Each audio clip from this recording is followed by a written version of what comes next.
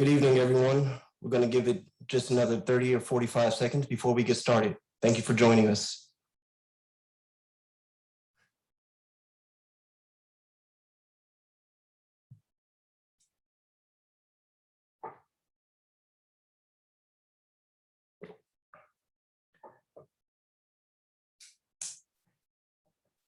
Again, good evening. My name is Brandon Tucker. I'm the Policy Director for the ACLU of Tennessee.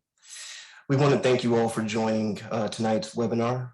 And we're hoping that this webinar will raise awareness about the use of surveillance technology and equip community leaders with knowledge to advocate and potentially oppose secret acquisition and use of invasive technology.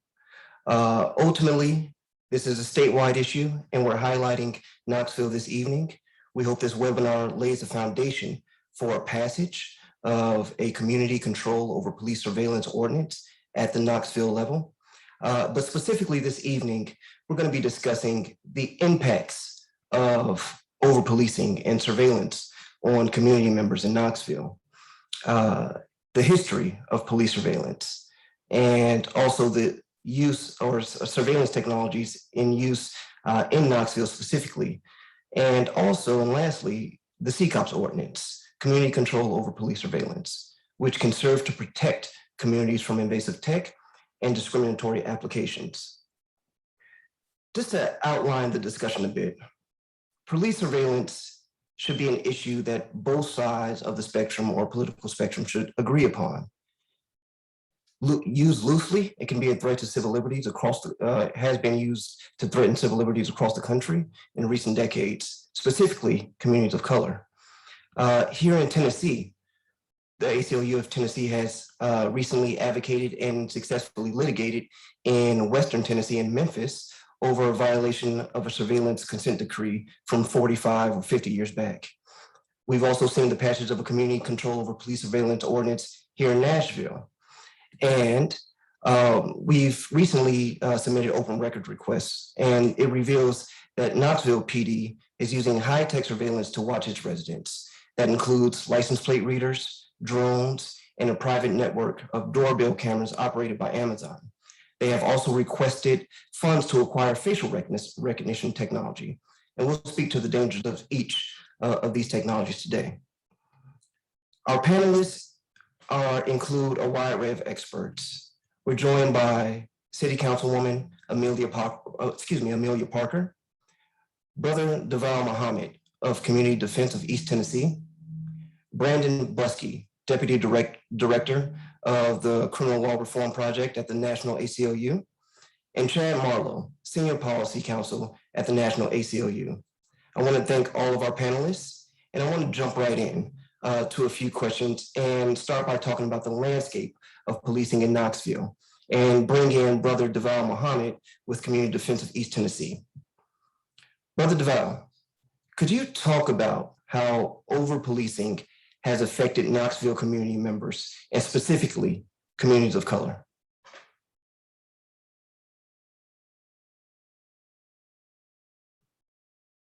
And you're muted.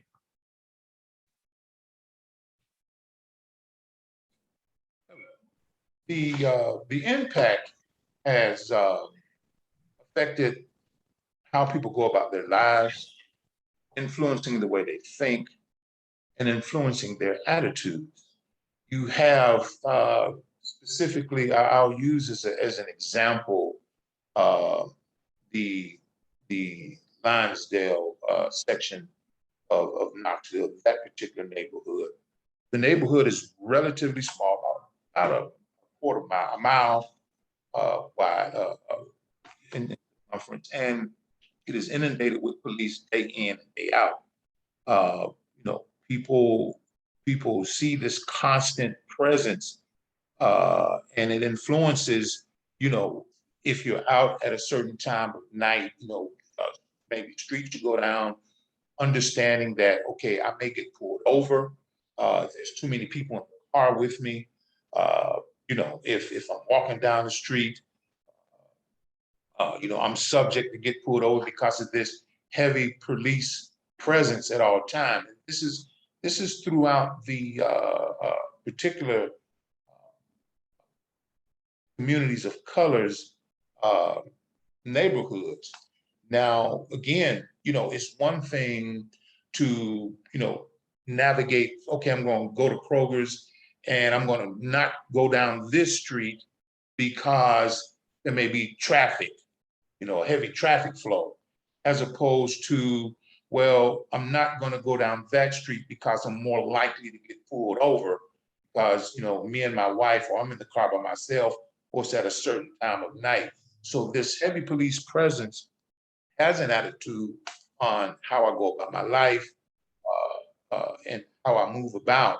And this is very prevalent in communities, in minorities communities, specifically for communities of color. The issues are, that people have a general mistrust based on the suspicion of the police because, of the history. So for communities of color, that presence all the time just reminds them that, they can't go about life without the possibility of being pulled over, or otherwise, coming in contact and then bracing themselves for whatever might happen. Thank you, Brother Devalle. I actually want to, just on some of the points you elevated, I want to bring in Brandon Buskey. I've heard you speak extensively, Brandon, primarily because of your work at the National ACLU. But could you maybe contribute to what Brother Devalle was mentioning about this idea of over-policing and how it may contribute? I heard you coin a phrase, I don't know if you created it, about the management state. But could you just add on to Brother Devalle's comments about over-policing, this idea of the management state, and how ultimately, how do you see it connecting to mass incarceration? Absolutely, and I think it's a wonderful point Brother Devalle raises, and I'm happy to follow up on that, and also happy to be here. So thank you for the invitation. I'd say first, when you talk about the management state, what I'm referring to is the tendency of a kind of criminal enforcement system. I don't call it criminal justice system, but criminal enforcement, criminal punishment system, to focus more on supervision and control of individuals rather than strictly punishment. Right? We often think about people in jails and prisons being punished to extraordinarily harsh sentences, 2.2 million people locked up in cages across the country. But we often forget the fact that there's double that amount who are on some form of state supervision, either probation, parole, supervision in the federal system.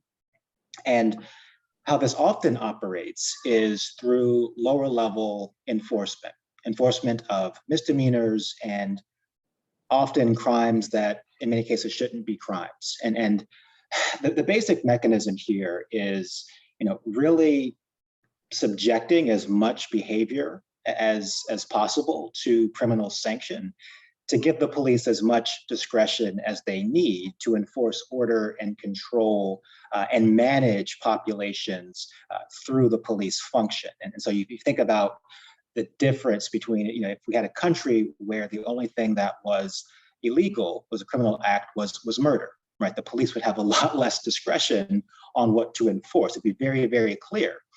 Now take it to a country that criminalizes drug use, right? And now you have a thing that many people do, every community experiences, but now police have more leverage to pick and choose where they're enforcing.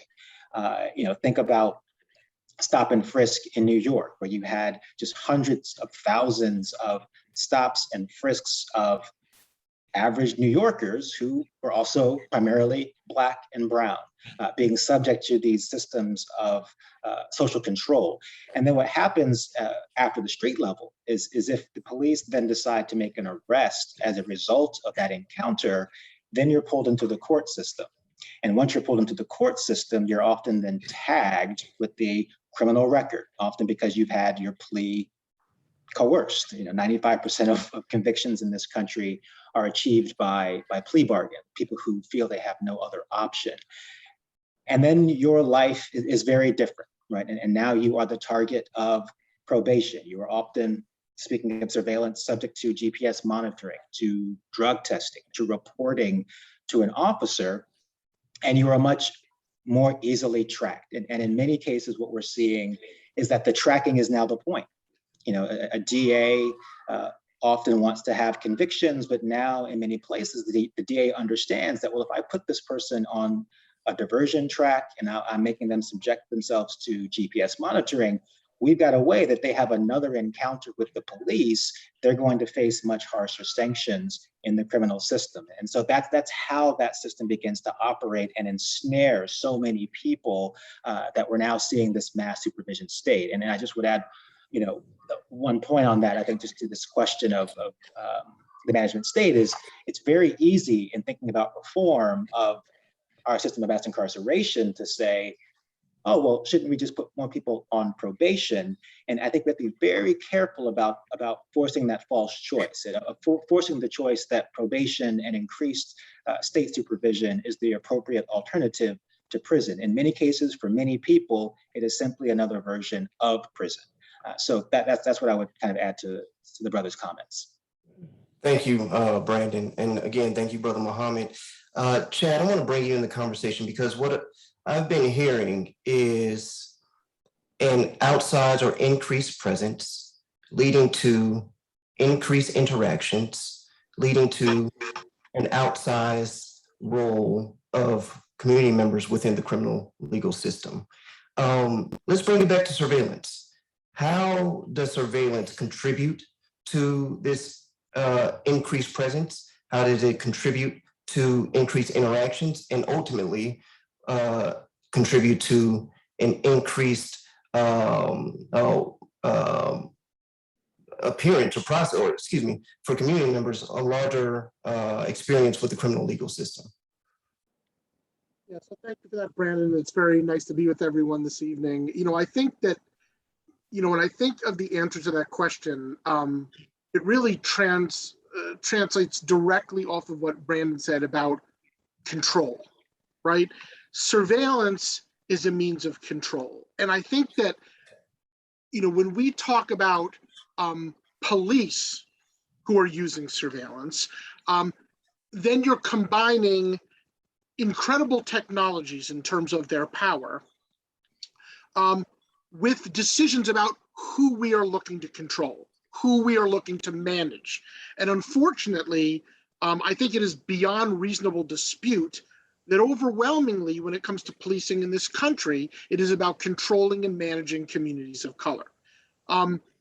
When we think about surveillance technologies, and I'll come to modern day in a moment, when we talk about surveilling, over-surveilling Black and brown communities, I think a lot of people naturally go back to Dr. Martin Luther King and the way that the FBI and Hoover used COINTELPRO to watch him 24/7 with the ultimate goal of trying to be able to, as they did, blackmail him into taking his own life. And while that is a good marker, in the United States, go back about 200 more years. Go back before the United States was the United States, to literally where I'm sitting right now in New York City, where they had laws called lantern laws. And what the lantern laws said was, if you were Black or Indigenous and you were traveling around at night, not in the presence of a white person, you had to hold a lantern, a lit lantern, up by your face as you traveled around. Why? For two reasons. One, so everyone could identify your skin color. And two, so it was easier for people to watch where you traveled. It's not a coincidence, incidentally, that in a time of more limited policing, that it wasn't just the police, but any white person was empowered to enforce that law. That is, unfortunately, while we're not using lanterns to track people anymore, we're using technologies that, you know, as opposed to having one person watch one person, we now have technologies that allow one person to watch thousands, can watch tens of thousands, can even watch millions at the same time. And when you make a decision to use these technologies, like technologies, surveillance cameras with facial recognition, so we can attempt to identify and watch people where they go, cell site simulators, so we can turn your cell phone into a tracking device, automatic license plate reader, so we can watch and record everywhere you travel in a car in the city. The list goes literally on and on and on. And you take these and target them towards Black and brown communities. You create an unbelievable system of oppression and suppression of ideas. And so, you know, while we can understand that in terms of the lived experience, and Brother Devalle, I think, spoke to this very eloquently, yes, the ultimate worst case scenario is that you end up in jail. But if you're being watched all the time, it changes your quality of life and your quality of living. And I'll conclude with one analogy that's not original to me, but imagine you're sitting in your car and you're driving down a highway in Tennessee, and you look in your rearview mirror and notice that there's a police car behind you. How do you respond? Well, you put your hands on the wheel, you make sure you're going the speed limit, you signal if you change lanes, and you kind of sit there and wait and wait. And then when the police car pulls around you and heads off beyond you on the road, everyone does this. Shoo. That is what it feels like in Black and brown communities where you're surveilled 24/7 with military-grade technologies, and you have no control, no input. Your elected officials have no say. This is just the way you're forced to live. The good news, and while we're meeting today, is it doesn't have to be that way. So, Chad, before I send this to Councilwoman Parker, let's just jump right into communities taking back some control. Tell me about this law. How does it work?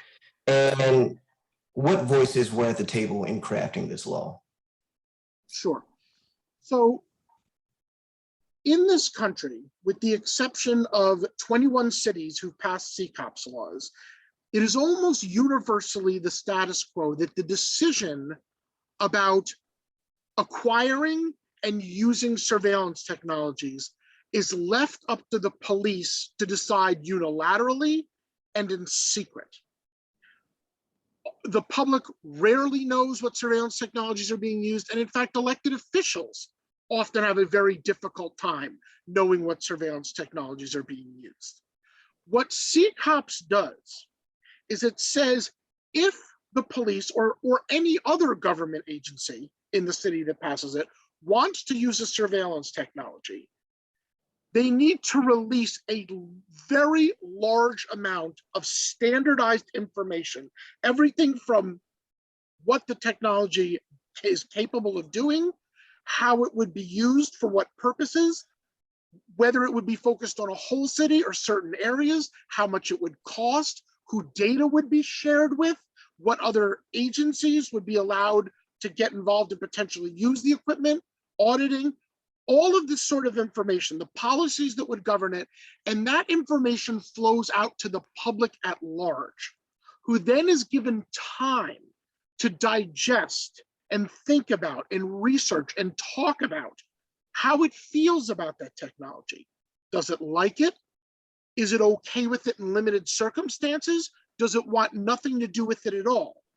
Then the city council has to have a public hearing where the public has the opportunity to express directly to their elected representatives. And on the city council, these are about your most intimate personal representatives someone has, to talk to these representatives about how they feel. And ultimately, the elected officials vote on whether or not and how that technology can be used, knowing that they, unlike the police, are democratically accountable if they decide to go against the will of the people. And so the the overall plan of CCOPS is to change surveillance technologies from a secret unilateral police-driven process to one that empowers communities to drive the discussion and their most kind of intimate personal elected officials, their city council representatives, to make the final decisions.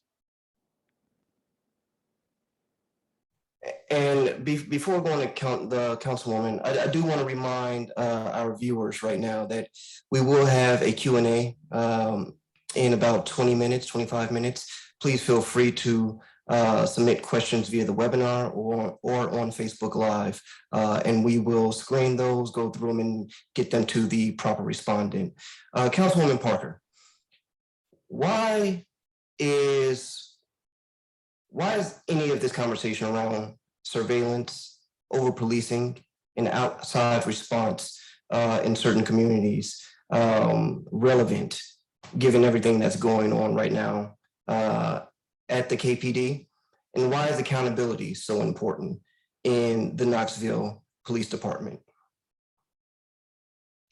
Thank you for that question, Brandon, and thank you to the ACLU Tennessee for hosting this conversation, and for Community Defense of East Tennessee for participating. This has been an issue of concern for me for quite some time, the acquisition of new surveillance technology that's coming into the police department. I first began to notice during the budgeting process last year in 2020, and I have in my notes here that there was a budget request for 2.1 million that included multiple items, but one of the items it included was clear database vigilant solutions. And underneath my notes, say that it's acquired to track criminal activity. It has facial recognition technology attached to it. And in parentheses, I have can be used for booking photos. And that this technology, KPD was previously able to acquire with the use of drug funds, but those funds have dried up with new policy determining how those funds can be used. So it's no longer can be used for this type of technology, which is interesting. So that means items are coming before City Council that previously hadn't, and that's now creating questions. What is this technology and how is it used? I reached out to, I cannot remember exactly when we connected, but I know early on we had conversations with ACLU wanting to better understand this technology, and learned about the CCOPS ordinance and work that you all have been doing, and thought it very important for us to bring that conversation to Knoxville for multiple reasons. We've had concerning reports about our police department from employees recently that have talked about a racist work environment, a sexist work environment, and of course, when introducing surveillance technology, inappropriate discriminatory use is certainly one of the concerns. But also because we definitely have concerning gun violence that's happening in our community, and community members wanting new solutions. And so some communities are calling for adoption of new technology, but of course wanting it incorporated in a way that will not infringe on their civil rights. So if there are some community members who support the adoption of this technology, how can we do it in a way where the community maintains control and we ensure that the civil rights and liberties of all are protected? And so I'm very committed to working through this process and ensuring accountability and transparency in our police department. Thank you, Councilwoman. Brother Muhammad, I think we've taken a pretty definitive pivot to the real topic, real question at hand, is that these technologies, certain police presence, are disproportionately impacting certain communities. how do you see law enforcement surveillance further impacting marginalized communities and also communities of color? And what do you perceive as the dangers of too much law enforcement surveillance to Knoxvillians? And you're muted, Brother Muhammad.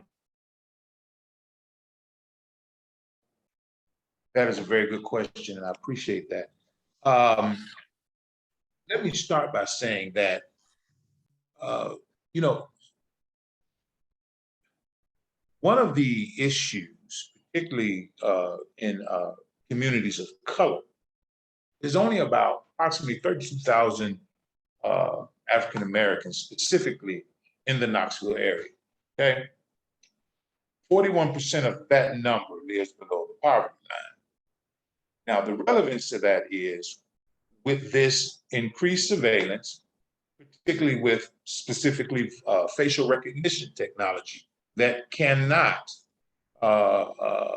discern people of color, specifically, you know, you get caught up in that dragnet, you get arrested, you go to jail, then you start talking about, you know, making bond. You can't make a bond. You know, your family's dependent on you. You lose your job. You sit in jail, and just as Brandon had mentioned earlier, you know, and Chad alluded to too, you're in jail. You get this, you know, you end up pleading just to get out, but you may sit there a year or two. And unfortunately, this type of new surveillance, you will get more people involved and ensnared in the criminal justice system that, you know, might not otherwise be involved. And once you get tangled up, when you do not necessarily have the means and the resources for just, you know, daily life or tire blowing out, you know, now you have a bail to make. You know, you're trying to keep up with the case. You end up, you know, being entangled in the criminal justice system. You have a record that further marginalizes you. So, you know, my fear is that with these increased technologies, that more people will find themselves caught in the net of the criminal justice system. Looking at a wider swath, you know, we have a substantial immigrant community here. There's very progressive, being active in protesting and you know, exercising the First Amendment rights. You know, the freedom of association. You have a drone flying around, you know, that you can't see, okay, and it identifies you, and maybe not necessarily on the pretext of you exercising your First Amendment right at the protest, but because now I have you in a database, all right, you know, there may be a probable cause to stop you, say, whether it's a license reader or some other type of a database that you're pulled out of, and here we go. So, you know, these technologies put minority communities, particularly and African Americans historically, specifically, at a disadvantage because it subjects them to that discretionary whim of, you know, being shuffled off into the system.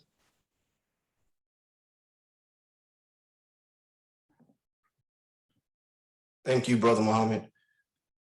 I want to pivot for just a moment, and Chad, if you could give me a rapid fire response, just mindful of time. What kinds of technologies, because just to really frame what we're talking about, we're saying surveillance technologies. Can you just name a few technologies that you've witnessed that we're trying to attempt to empower the community to get more involved in controlling? Can you just name some and their capacities? I'll name a couple of them. Automatic license plate readers, which are cameras that digitize your license plate, identify you, can run you against databases, and can track wherever you drive.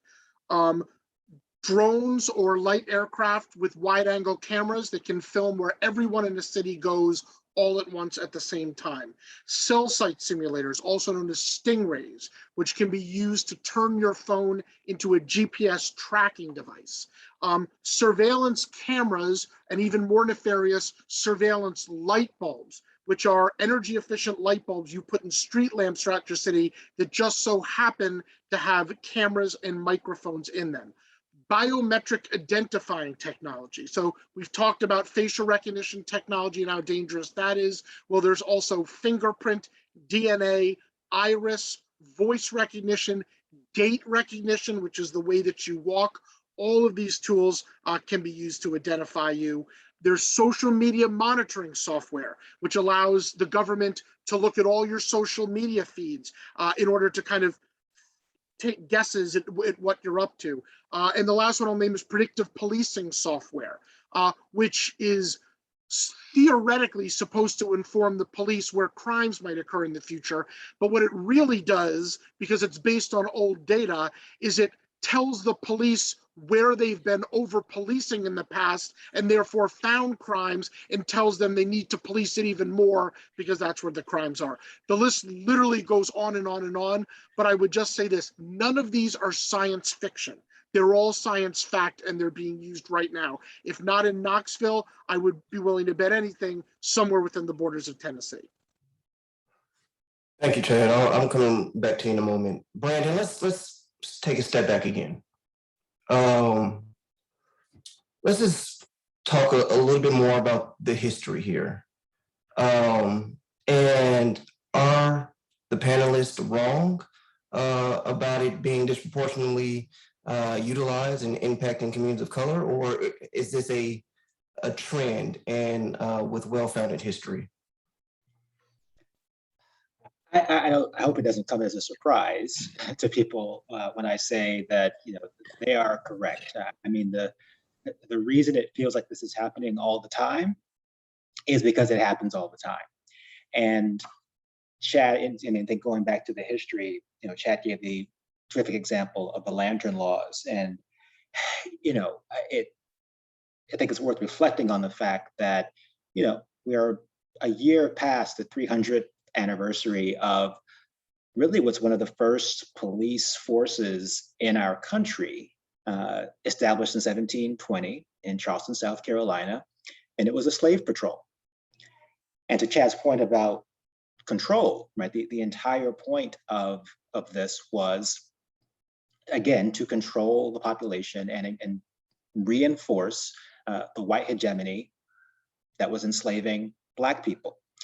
And when you think about what the point of the patrols was, right? It was to monitor the activities of slaves who might go from plantation to plantation, to know their whereabouts, enforce the slave codes, another set of laws that, like today's over criminalization, is vastly broad set of crimes and prescriptions for the slave population that could be enforced. And also, when we talk about the sort of construction of white supremacy, you also see the initial construction of race, because just like with, as Chad pointed out, with the lantern laws and any white person could question a Black or Indigenous person, with the slave patrols, every able-bodied white male was obligated to serve in them, right? Again, enforcing this distinction. And so from the very inception of our police state, there has been a disparate impact on marginalized groups, and it's carried forth in today, especially as Chad pointed out with Martin Luther King, when those marginalized groups begin to organize themselves and push back against that hegemony, right? And a bit of a lighter reference, but if you've watched the movie or heard of the movie Judas and the Black Messiah, there's that great clip, dramatized clip of J. Edgar Hoover talking about his paranoia over the fact that there might be a Messiah emerging who could unify people, marginalized people across race and class. And that's what subjected Fred Hampton, the Black Panthers, other groups to this intensive federal and state surveillance. And so you really see that it's got this very intentional function, both when it's secret as with the FBI surveillance, and also when it's plain sight, when you've got officers hanging out in neighborhoods, making themselves known, making it known to the community that they're being watched and they are suspect just by their very existence in a particular space. Thank you, Brandon. Councilwoman Parker, out of what Brandon has shared and Brother Muhammad has shared, and Chad, through the litany of technologies, can you just talk about why on earth community engagement and transparency would be important to communities that need to rebuild trust with the government and with law enforcement? Yeah, I think that's a really good point, especially with what we're experiencing currently in Knoxville. We need a community that has a plan for how to ensure public safety. We're seeing too much violence happen in our communities, but many community members in the community do not feel like the response from KPD is going to make them safer. And so we need communities more engaged in oversight of our policing activities. And I would say oversight of what surveillance tools are implemented should definitely be at the top of the list. I've had members of the community come up to me recently and ask about a program they've heard is being implemented in a neighborhood where we've lost multiple school-age children to gun violence, one death, which was at the hands of a KPD officer. And so there are talks of cameras going up in the neighborhood under a new program that I haven't heard of. This isn't a program that's come before City Council, so I'm not able to confirm whether these are cameras going up. I can't discuss how they'll be used, how long the footage will be retained, in what ways the footage would be used.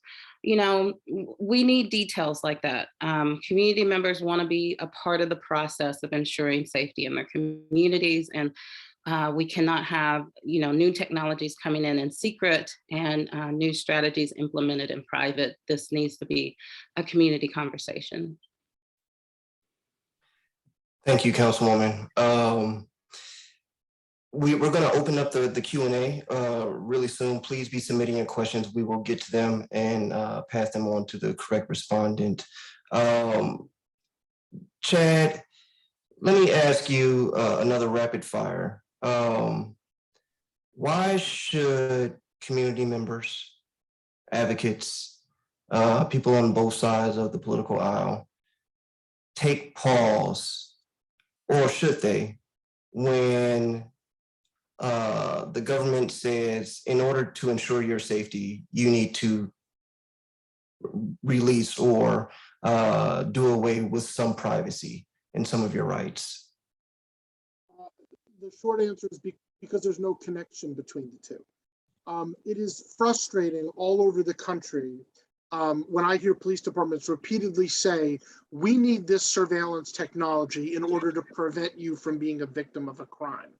But study after study after study has concluded that surveillance technology does not deter crime. It especially does not deter violent crime. It may have a deterrence impact on small property crimes like the theft of cars from public parking lots, but not on deterring the larger crimes that communities are mostly concerned about. And what's troubling about that is this is not a secret. Google it. The reports are all there and the police know it. And yet they're interested in these tools of control. They want to get them however they can. And the easiest way to get what they want is to use the greatest sales tactic in the history of humanity, which is fear. And so they attempt to instill fear in people so that they will make that statement. I guess I will be willing to give up some of my civil rights, some of my civil liberties to be safe. But the truth is, and the sad fact is, you're going to give those up to get nothing. Thank you, Chad. Brother Muhammad, I just want to come to you before we go to Q&A once more.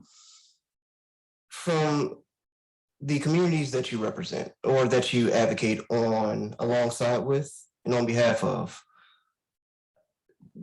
do community members feel heard, feel as if law enforcement and city government is transparent as it pertains to safety within the community, surveillance within the community, over policing in the community? I would just love to hear from your perspective, those of the communities that you advocate alongside with. Generally speaking, there's well-placed distrust. A lot of the reasons that have already been articulated from a historical standpoint. I mean, Chad rightly pointed out, police pull-ups behind you, you don't know what to expect. There has not been, once upon a time, the police lived where they patrolled. You knew the police. The police was your neighbor. It wasn't somebody from way over yonder, coming in and, you're just, we have a historical, particularly people of color have historically been dehumanized. So when you have people from way over yonder coming to the neighborhood, riding around with this predisposition that, okay, if it's too many of them standing over here, if it's somebody riding down the street, the wrong street at the wrong time of night, we're going to have an encounter. This creates an inherent distrust. And again, historically, as Brandon pointed out, without going into that detail, I mean, it's well-founded. So, the people we serve, the people that we reach out to, their position is, they're just trying to survive, and the police is not there to help. So, when I'm in my survival mode, all I can think about is, hey, I'm just trying to get from point A to point B. I'm not trying to have an unnecessary encounter with the police, as opposed to having the type attitude, oh, hey, there's officer such and such and such. I'm going from over here to over there. I don't have to necessarily be concerned about, aggravated burglary or, being robbed or being beat down or assaulted. Unfortunately, with the boots on the ground that we have, okay, with just old school policing, okay, it still has not decreased crime. Okay, so if you can't do that with regular boots on the ground, how do you expect me to buy into a drone flying over my head, that's going to give me some added protection? So, people in the communities that we serve have a well-founded distrust. And I think one of the solutions, you didn't ask me for this, but one of the solutions is, as opposed to, this surveillance technology, is to maybe, first of all, try to move back into the neighborhoods and be more involved in the neighborhoods on a more personable level, getting out your car and walking around. You're probably more or less likely to be assaulted if you have a police walking the streets, as opposed to just, sitting at a designated area, waiting to come in and triage an event that they know is going to happen. I wanted to add on to that, if that's okay. Please, Councilwoman. Just that Brother Devalle makes a really important point. And I've recently learned that the large majority, I want to say over 90%, but I would have to double check that number. But the large majority of KPD do not live in the city limits.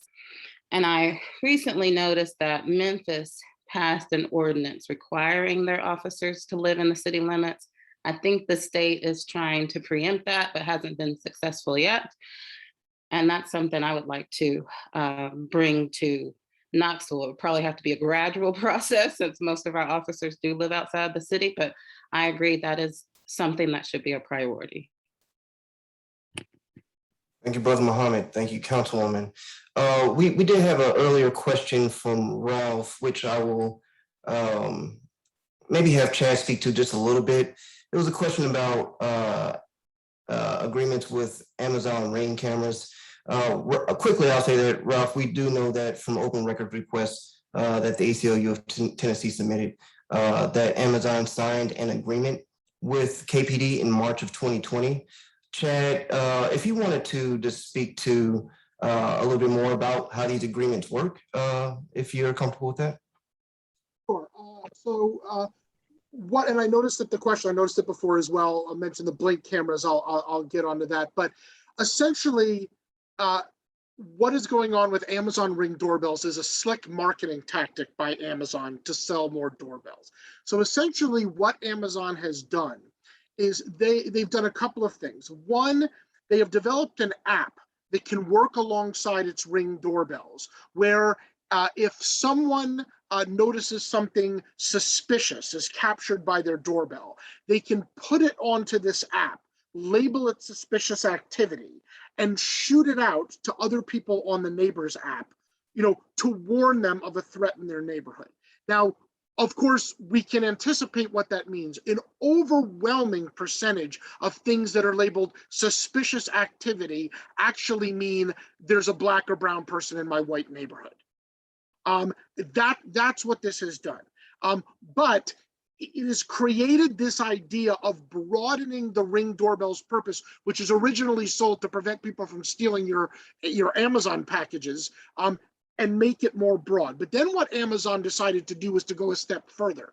They actually went to police departments and said, we can help facilitate the flow of information from private Ring doorbell holders to the police department. We can share emails with you so you can contact them for information and do other things. But what we need you to do is turn into our sales force. We want you to talk to people in the community and encourage them to buy Ring doorbells, to give them deals so they can spend less money on their Ring doorbells. And so essentially Amazon said, if you help us sell these doorbells to your community, we'll help you get the data on your people. Now, the only thing I would say about blink cameras are kind of the low cost, limited feature version of the Ring doorbell. I don't think they have these deals in place because they're trying to upsell. They want the public to buy their bigger, more expensive product. So I don't think they have these systems in place for blink, although they could. But anyway, that's kind of what Amazon has done. It's essentially, and ironically, despite all of the great statements Amazon puts out about its commitment to racial justice, they've sold Black and brown communities down the river in order to turn police officers into Amazon salespeople for their Ring doorbell devices. So it's pretty disgusting, for lack of a better word. Thank you, Chad. I was looking at my notes, and Brother Muhammad had kind of walked us through a number of steps that speak to kind of the process of increased interactions with law enforcement, outside presence, as I've mentioned before. Brandon, Buskey, could you kind of maybe zoom us out even a little bit more? We're speaking about surveillance and how it's a utilization of tools that are constant presence in communities, the over-policing. Can you just walk us through what that could mean to someone getting involved in the system, what it means to be arrested, what it means to be held on bail, and so forth? But just kind of give from your expertise to our audience on how weighty that could be. Absolutely, and I think Brother Devalle did do a good job of talking about a lot of this just in the context of the local experience. But it's true all over the country, where the very unique thing about the police is they have the right to seize your body by force and haul you into custody. And so at the moment where you are arrested, you are often handcuffed, put into a car, driven to a jail cell and locked up, sometimes for an indefinite amount of time. We've been in places where after an arrest, although you're entitled to a probable cause hearing within 48 hours, people will languish in a jail cell for weeks or months before they ever see a judge. Then once you do see a judge, the typical story throughout this country, we just talked about the profit motive with Amazon, but it's in the courts, it's in the courtrooms too. The deal that you're offered is a purchase of your release. And the judge will say, I'm going to set bail. I'm going to set what's called cash bail. And if you can buy your release, you can go home now. And if you can't, then you will have to stay for some additional indefinite period of time. And again, just as all these systems are experienced disproportionately by Black and brown and poor communities, as you can imagine, this is another of those times when we see a greater exposure of people to detention simply because they don't have the means to pay their way out of jail, often for minor offenses. And then, as Brother Devalle talked about, that experience just of being in jail is really what drives so much of mass incarceration. It's not simply an anecdotal instinct that being in jail makes you more likely to plead guilty. Just like Chad said, Google some of the information, Google the studies. Being in jail has a causal relationship to whether or not you plead guilty to an offense. People are pleading guilty to offenses that they otherwise would not have been convicted had they been released prior to trial.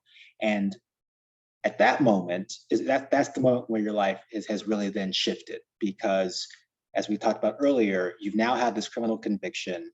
You may go to jail for some period of time. You likely have already lost child custody, your home, your job, and now you experience what has often been referred to as a civil death, where, as the new Jim Crow, which Michelle Alexander's book points out, it is now legal to discriminate against you in all forms of ways that would have been illegal before the criminal conviction, right? It is now illegal, it is now legal to deny you housing or jobs or government assistance simply because you have this conviction, notwithstanding the fact that now you are also likely the subject of constant police and court supervision. Thank you. I mean, sorry to start the topic because that's a whole hour worth of conversation that I think we all need to hear. But Councilwoman Parker, look, how can Knoxvillians protect their privacy, their civil liberties without an ordinance? And follow up, what can Knoxvillians and others do to help with this initiative? I think that's a great question. I'm going to start with number 2, and I might toss number 1 back to the ACLU. I think that there is a good process outlined in CCOPS, the community control of police surveillance effort that the ACLU is leading. Great suggestions that we need to adopt here in Knoxville. Incorporating an oversight process so that we have a clear understanding of new technology that KPD wants to seek and introduce or alter the way that they're using it. I would like to see the community engaged in this process, and that's a conversation that I'm going to be having more in the coming days about a community oversight aspect of the ordinance and real accountability measures attached to any violation of this policy. That's what I would like to see. I would like to see a clear report come before City Council that provides transparency to our community so that we know when a community member comes forward and says, hey, are there new cameras going up at Austin East and what's going on here? I have an answer for them because we have an accountability process in place.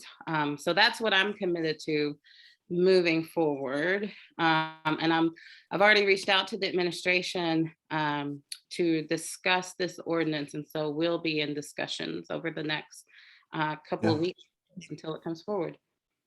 Thank you, Councilwoman. And we have just a few minutes left. I do see a couple of questions I think we can get quick answers to. Chad, let's talk about Tennessee law enforcement.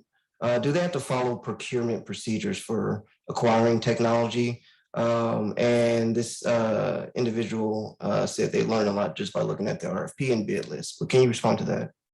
Yeah, so the procurement process is unfortunately only the tip of the iceberg, right? It does depend on how individual cities define procurement, but if the Knoxville PD, as Councilwoman Parker pointed out, wants to get city council funds in order to buy a surveillance technology, they need to go through the procurement process. But there's other ways to get those surveillance technologies that can get around having to tell anyone you're doing it. Civil asset forfeiture funds, what the councilwoman referred to as drug money. If you get the money that way, it's money that you're getting on the side and you can spend on the side. No one can see it. In-kind donations, right? A lot of times you can get a company who says, we'll donate the hardware to you for free. You'll pay us for data storage in the back, but we're going to give it to you for free.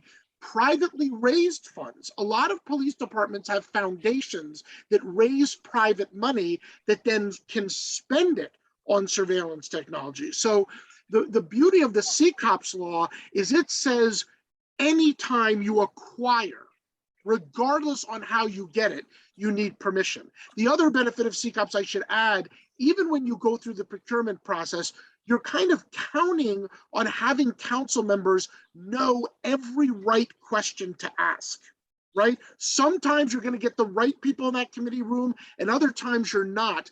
CCOPS lays out the questions in advance. So the members of the city council don't have to have this unbelievable expertise in surveillance technologies as a whole and the one being sought in particular. CCOPS asks all the right questions and gets it out there. And then so it creates not only an oversight process, but a uniform one. Excellent. Thank you. I'll wait maybe 30 more seconds for any additional questions coming in through the feed, but I do want to thank all of our panelists this evening. Again, Brother Muhammad, Councilwoman Parker, Brandon Buskey, and Chad Marlow. Any final questions, please put it in the chat. But also, please do visit our website for additional information, which I think was just placed in the chat, ACLU-TN.org. And there's a / police surveillance Knoxville. And Chad Marlow also did link additional information on community control over police surveillance. And I believe that website is community CTRL, like control on a keyboard, communityctrl.com, where you all can learn more. But I really do want to say a couple final things. One, this is a nationwide issue, it's a statewide issue, and it's a Knoxville issue. We are starting the conversation to inform attendees, community members, on what they can do to be a part of their government, on what they can do to demand transparency and accountability from law enforcement. Additionally, surveillance and an outsized presence of law enforcement should be an issue that all Tennesseans and Knoxvillians are concerned with. This should not be a partisan issue. And I just want to frame the conversation in saying that this is an effort for transparency, an effort for accountability, and ensuring that civil rights and civil liberties are protected. Chad, did you take yourself on mute to say one thing? I did. I just wanted to add one more thing too. You know, this, in seeking a CCOPS ordinance in Knoxville, you all are not asking for special treatment. 21 cities in this country have already adopted CCOPS laws protecting more than 17 million people. In the most recent city to adopt the CCOPS law, Detroit, the bill had the endorsement of the Detroit Police Department because it was the right thing to do. So you're not asking for special treatment, you're asking for the 21st century standard of the way that this should be done right. So it's not a matter of special treatment, it's a matter of fundamental fairness, and you have every right to demand it for your city. So Chad Marlow, Brother Muhammad, Brandon Buskey, Councilwoman Amelia Parker, thank you all for having this conversation with me. For everyone who tuned in this evening, thank you all so much. Please visit those websites, and also, if you are in Knoxville, let your council member know how important transparency and accountability is to you. So thank you all so much for joining. Thanks, everyone.